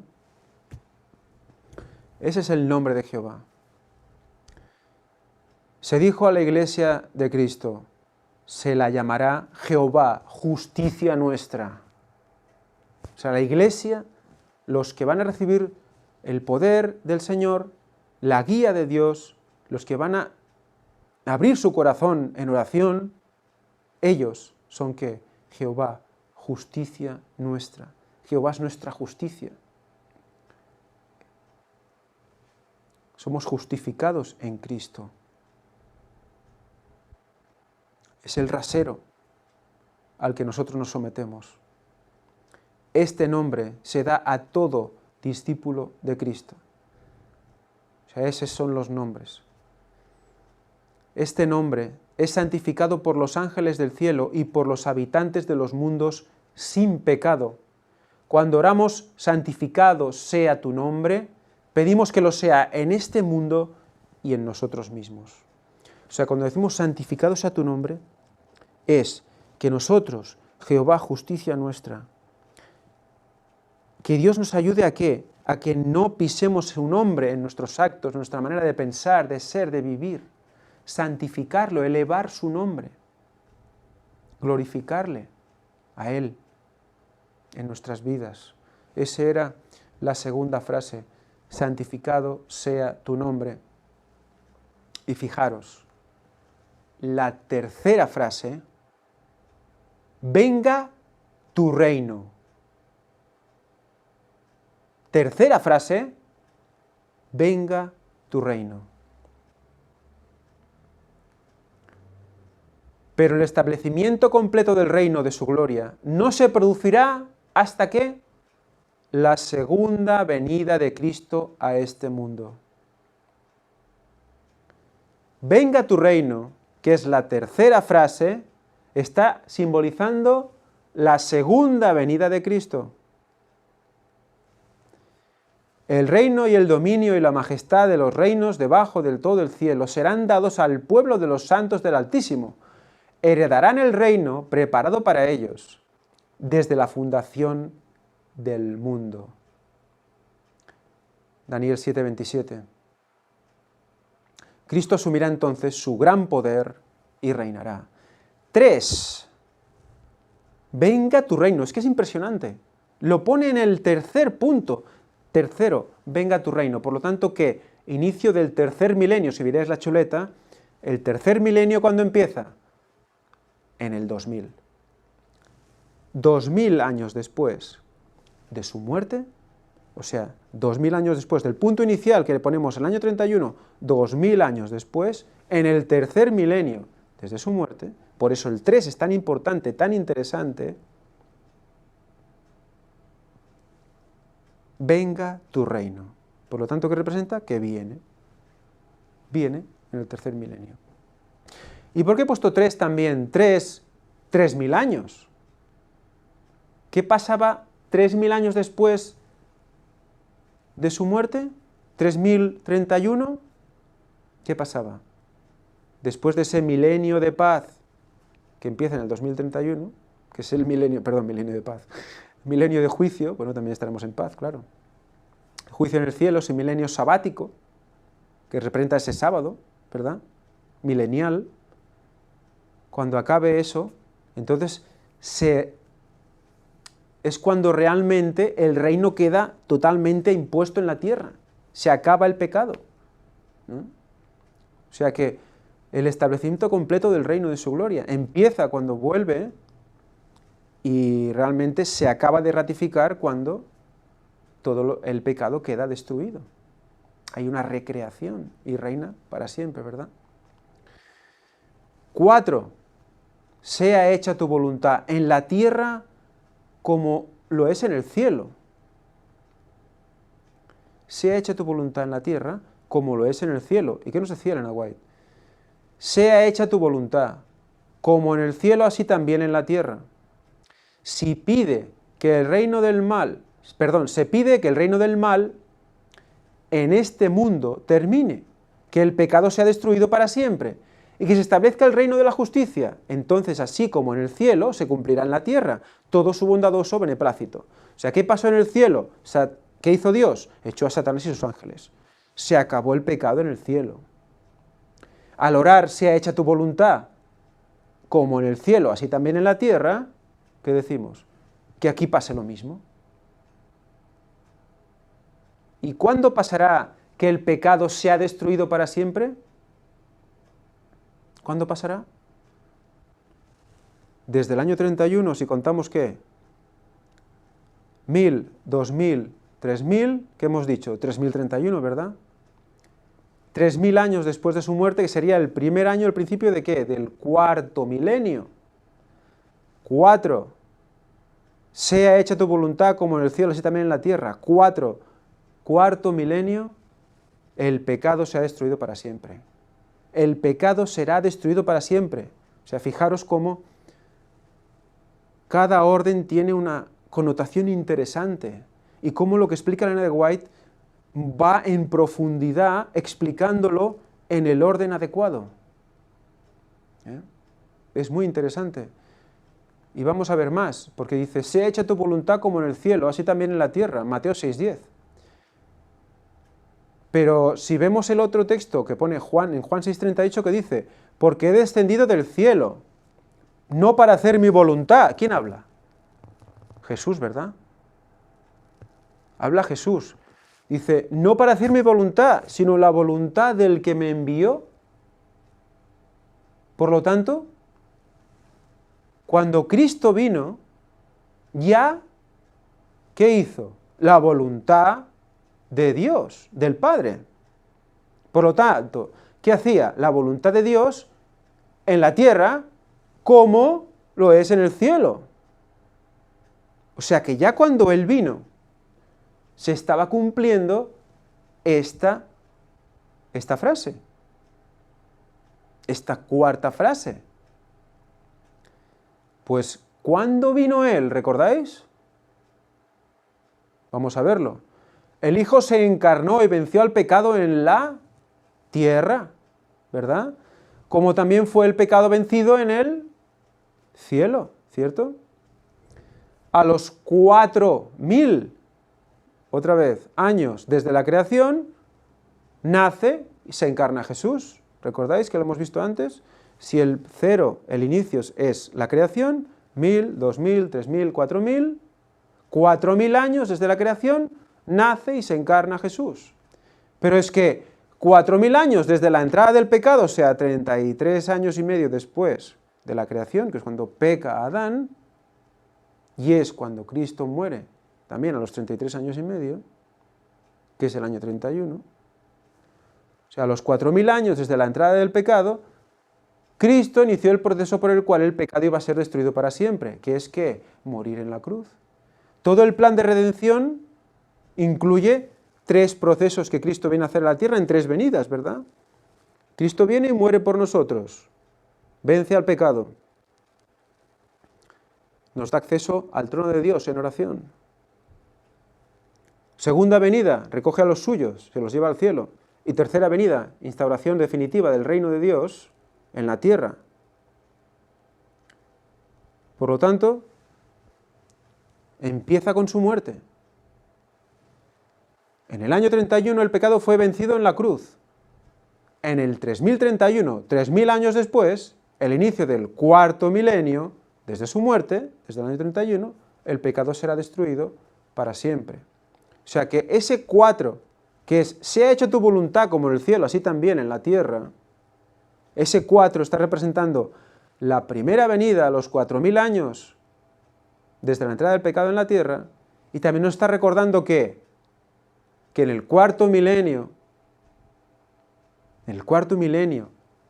el inicio del cuarto milenio después de su muerte, también se va a cumplir, como hemos visto que Ellen White nos lo recuerda, que al decir esta frase estamos diciendo que el pecado se ha destruido para siempre, y eso pasará en ese momento, después del milenio sabático, cuando la Nueva Jerusalén descienda y después de que Satanás y los impíos sean resucitados, bueno, los impíos sean resucitados, Satanás dirá que ha sido él que los ha resucitado, los enviará contra la Nueva Jerusalén y entonces serán destruidos por el fuego abrasador, el fuego eterno. Quinta frase, danos hoy el pan nuestro de cada día, la hemos visto hoy, ¿verdad? Recordemos, si somos de Cristo, todo es nuestro. Es impresionante, ¿verdad?, este concepto, lo hemos visto antes. Por ahora somos como hijos que aún no disfrutan de su herencia. Dios no nos confía nuestro precioso legado, no sea que Satanás nos engañe con sus artificios astutos, como engañó a la primera pareja del Edén. Cristo lo guarde seguro para nosotros fuera del alcance del despojador. Como hijos recibimos día tras día lo que necesitamos para el presente. Dosifica lo que Él tiene para nosotros. Espera cuando estemos preparados para dárnoslo, para que sea realmente utilizado para su gloria. Precioso también. Quinta frase. Sexta frase. Perdonan nuestras deudas, como nosotros también perdonamos a nuestros deudores. Fijaros, ¿qué resaltamos de aquí? El que no perdona suprime el único conducto por el cual puede recibir la misericordia de Dios, ¿recordáis? Y recordemos, perdonar aunque qué, aunque no confiesen sus faltas. ¿Y ese es el principio de qué? De una unidad real de un pueblo. El perdón entre los hermanos. Ahí empieza la unidad real. Ahí empieza el mismo sentir. Tiene que haber las dos cosas. Entonces recibiremos la lluvia tardía. Y entonces cuando podremos dar el fuerte pregón. ¿Y eso es qué? ¿Previo a qué? A su venida, ¿verdad? Estamos en el 6, recordad. ¿Y llegamos a qué? Al 7. Séptima frase. Y no nos dejes caer en la tentación, sino líbranos del mal. Por supuesto, todas estas significados que estamos mostrando aquí tienen su parte espiritual y su parte más numérica, literal, que ya nos están poniendo en todos los tiempos, que Cristo ya estaba marcando desde que recitó esta oración. Y es muy interesante verlo. No nos dejes caer en tentación, sino líbranos del mal. La tentación es, ¿qué? Incitación al pecado, cosa que no procede de Dios, sino de Satanás, lo hemos leído hace un momento, y del mal que hay en nuestros propios corazones. ¿Qué más dice? Es su gran amor. En su gran amor Dios procura desarrollar en nosotros las gracias preciosas de su Espíritu. Y vuelvo a leer esa preciosa frase impresionante: permite que hallemos obstáculos, persecución y opresiones, pero no como una maldición. No es una maldición de Dios, es una ¿qué? La bendición más grande de nuestra vida. Y aquí es donde quiero introducir el concepto que antes he hablado. Juan 15, 1, 2. Yo soy la vid verdadera, dice el Señor, y mi Padre es el labrador. Todo pámpano que en mí no lleva fruto lo quita, y todo aquel que lleva fruto lo limpia, que aquí quiere decir lo poda. Lo poda para que lleve más fruto. ¿Para qué se poda un árbol o se poda una viña? ¿Para qué se poda? Se poda para que las ramas que están gastando energía de vida del árbol, que el árbol tiene que distribuir la energía entre las diferentes ramas para que puedan sobrevivir también. Pero estas ramas son ramas inservibles, ramas que no ayudan a dar fruto. Entonces, ¿qué hace? Se podan, se quitan, para que las ramas que dan fruto den mejor fruto. Eso es lo que hace el Señor con nosotros. Si nos ponemos en sus manos, ¿qué hace? Nos pule, nos poda. La similitud es brutal, porque todo lo que está consumiendo nuestra energía del mundo, cosas que a la que nos estamos enganchando, nos estamos gastando nuestro tiempo, nuestro dinero, que no son el Evangelio y lo que Dios quiere de nosotros, hace que se pierda, se disipe esta energía, y el fruto que damos, nuestra rama, que tiene que dar un fruto gigante, es pequeñito e insípido. Entonces, ¿qué hace el Señor cuando nos da conciencia de pecado? Va cortando esas ramas que nos unen al mundo, que nos hacen gastar esa energía valiosa para concentrarnos en el fruto. Nuestro espíritu se centrará en el fruto. Es precioso el concepto de la poda, porque entonces veremos que el obstáculo, la persecución y la opresión es podar, es podar. ¿Y eso qué será? ¿Una maldición? ¿Porque nos quitan una rama? No. ¿Será que una bendición, la más grande de nuestra vida? ¿Por qué? Porque al podarnos daremos fruto mayor. Eso tiene que cambiar el concepto de vida, tiene que cambiar nuestra visión de las cosas de una tacada.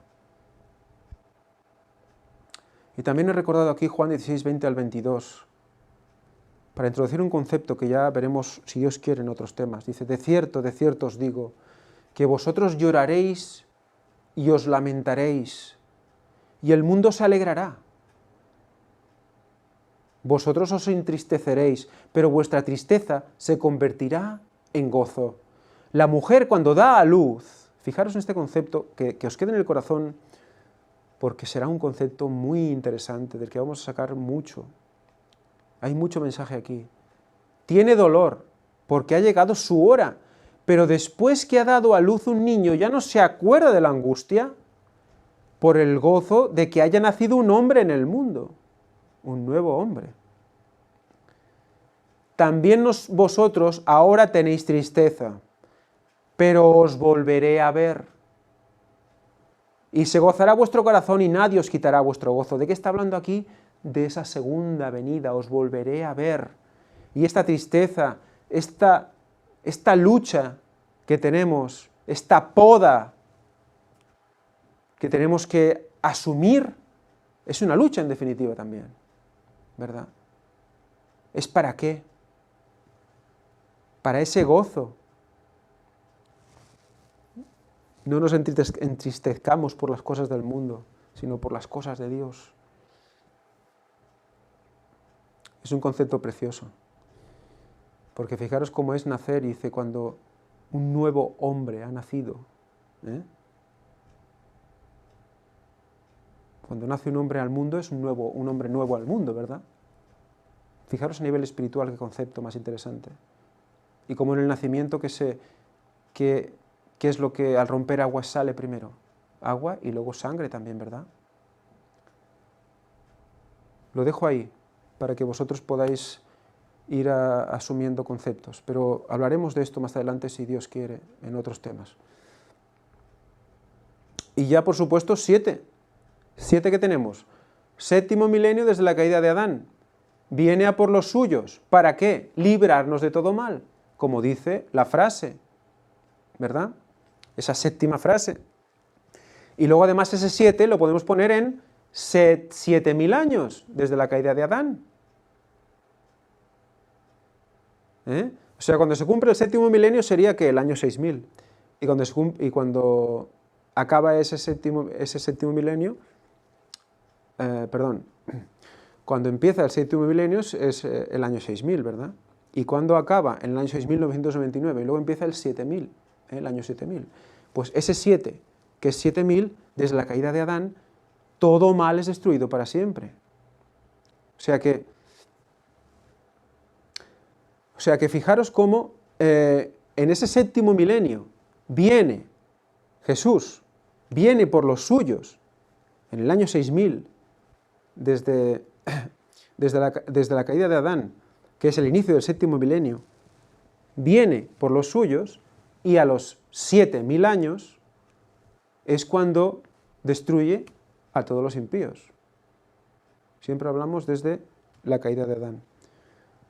Por lo tanto, en el año 3031. O sea, todo esto quizás, explicado y hablado, quizás puede liar a veces, pero si os ponéis la chuleta al lado y lo repasáis con tranquilidad, vais a ver cómo los números van cuadrando, cómo los significados van dándonos que había mucho más ahí escondido de lo que muchas veces hemos podido ver, y que ahora vemos la Biblia de otra manera, y vemos que todo estaba explicado allí constantemente, y sobre todo en las palabras de Jesús. Hay mucha connotación en las palabras de Jesús al respecto.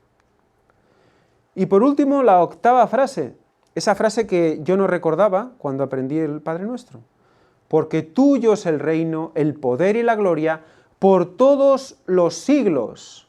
Amén. ¿Por todos los siglos qué es?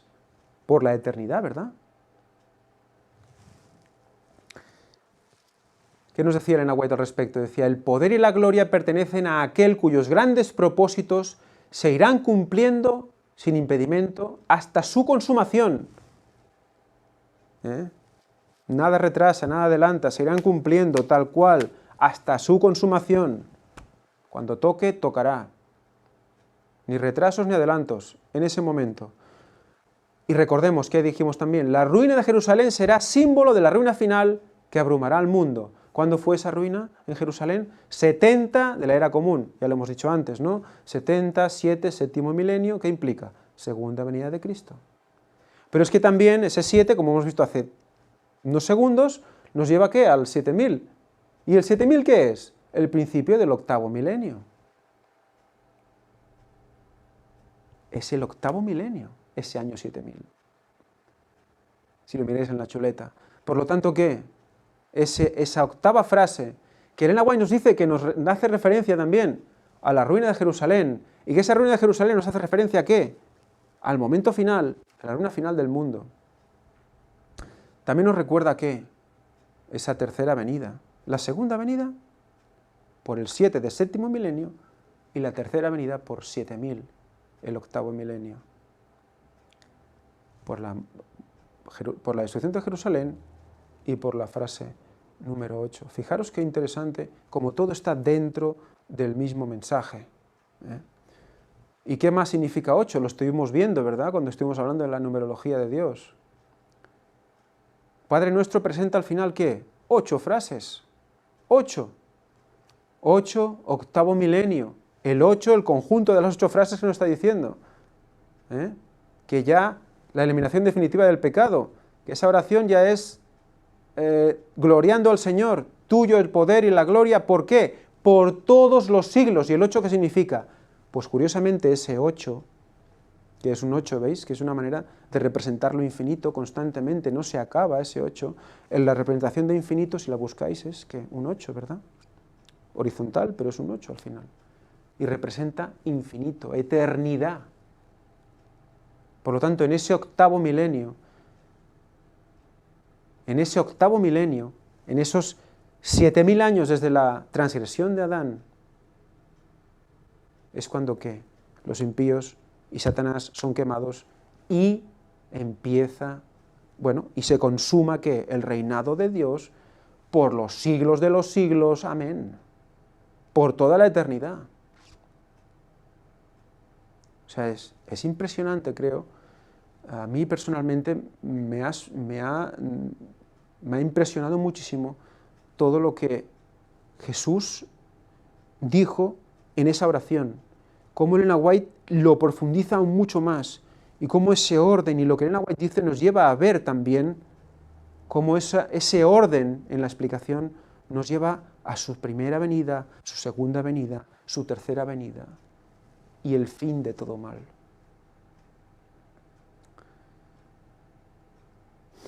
Muy bien, hermanos. Pues vamos a ir finalizando y recordaros pues estos emails por si queréis testificar de vuestras propias oraciones o de cualquier experiencia que hayáis tenido con ella, con la oración, y para que sea de ayuda a todos aquellos que están empezando con ella o que no saben exactamente, que han tenido problemas o que quizás no se atreven a exponerlos, y que todo lo que podáis decir puede ayudar a estas personas. Y bueno, me gustaría leer uno de los testimonios, que es Jara, que volvió a escribir y habla del testimonio de su bautismo, que va relacionado con el tema, con la oración, como vais a ver. Dice así: era una época muy conflictiva con mi familia. Yo acostumbraba a seguir muchas de las conferencias de Víctor y a estudiar las Escrituras. Dedicaba más tiempo a eso que a mis estudios, cosa que no gustaba a mis padres. Y sé que mi modo de decirles las cosas no fue correcta. En esa época todavía tenía que aprender mucho, y aún, como todos. Decir que mi deseo era bautizarme y las circunstancias eran complicadas. Era invierno. Me convencí de la verdad de las Escrituras en verano, y quise ir a Girona en esa ocasión, pero no fue posible. Desde entonces oré a menudo, y esperé pacientemente hasta que Dios me abrió esa puerta. Fue en verano, 1 año y poco después de conocer el mensaje. El medio fue realmente sorprendente. ¿Cómo es posible que en la época donde mis padres más sentían odio hacia vosotros, accedieran a llevarme a Girona desde Córdoba en coche? Esto fue un milagro increíble. Me llené de alegría. Fue quizás la mejor experiencia hasta el momento desde que llevo en la fe. Doy gracias a Dios por mostrarme su poder. Esto me mostró que si permanecemos en Él, en su voluntad, tal como está en su palabra, aunque haya un infierno a nuestro alrededor y no veamos fruto, ni sintamos la bendición, Él nos ayudará en el momento oportuno. En el mundo tendréis aflicción, dijo nuestro Señor, pero confiad, yo he vencido al mundo. Esta es nuestra garantía, la victoria de Cristo. Un abrazo, Jara. Pues muchísimas gracias, Jara. por este precioso testimonio. La verdad es que no acostumbramos, tendríamos que hacerlo más. El hecho de que cuando tenemos una incertidumbre, algo que nos oprime, que nos impide hacer cosas, en vez de quedarnos con los brazos cruzados, pues tendríamos que orar y actuar. Y bueno, aquí nos has mostrado que Dios respondió, como siempre hace. Muy bien, pues ya acabando, recordaros la web oficial, donde podéis dejar vuestras peticiones de oración y también orar por lo que aquí se expone. Y hoy vamos a acabar de una manera especial. Voy a leeros Mateo 19:14 y haremos la oración para despedir este taller de hoy. Un taller que ha sido intenso, un poco largo y la verdad es que muy especial. A mí la verdad es que tenía muchas ganas de exponerlo porque me ha llenado grandemente. Me gustaría acabar leyendo Mateo 19:14 porque todo esto que hemos expuesto creo que se resume muy bien en el carácter de las personas que aquí se exponen. Vamos a ver, Mateo 19:14.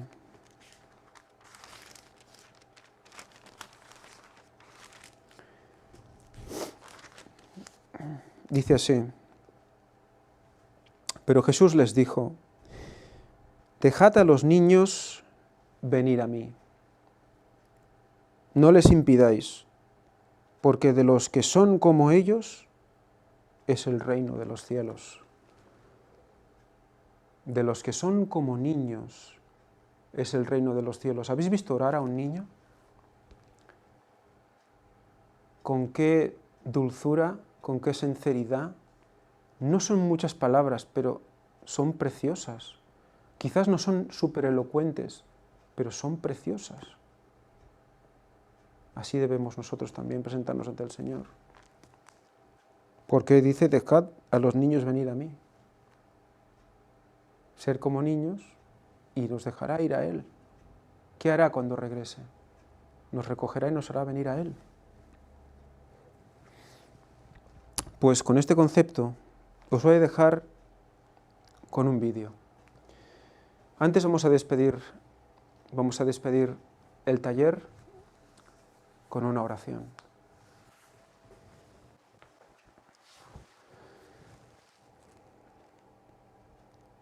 Padre nuestro que estás en los cielos, santificado sea tu nombre. Señor, venga a nosotros tu reino. Y hágase tu voluntad en la tierra, así como en el cielo es. El pan nuestro de cada día, Señor, dánoslo hoy. Y perdona nuestras deudas, así como nosotros perdonamos a nuestros deudores. No nos dejes caer en la tentación, mas líbranos de todo mal. Porque tuyo es el reino, el poder y la gloria, por todos los siglos. Señor, gracias por esta oración preciosa. Gracias porque en ella pusiste todos los ingredientes. Y gracias porque nos va a servir para profundizar mucho más en la manera de relacionarnos contigo, Padre.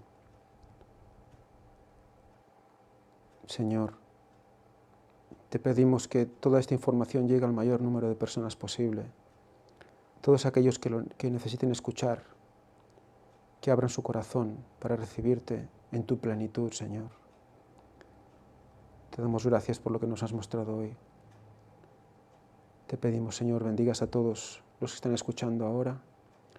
Me bendigas también y a todos los que en algún día pues podamos expresarles todo el poder que tú les puedes dar en sus espíritus. Esa paz que solo tú puedes dar. Señor, te pedimos perdón por todos nuestros pecados y te lo pedimos todo en el nombre santo y precioso de tu Hijo Jesucristo. Amén. Muy bien, pues como os he dicho, vamos a acabar con un vídeo. Cuando se acabe el vídeo cortaremos la emisión.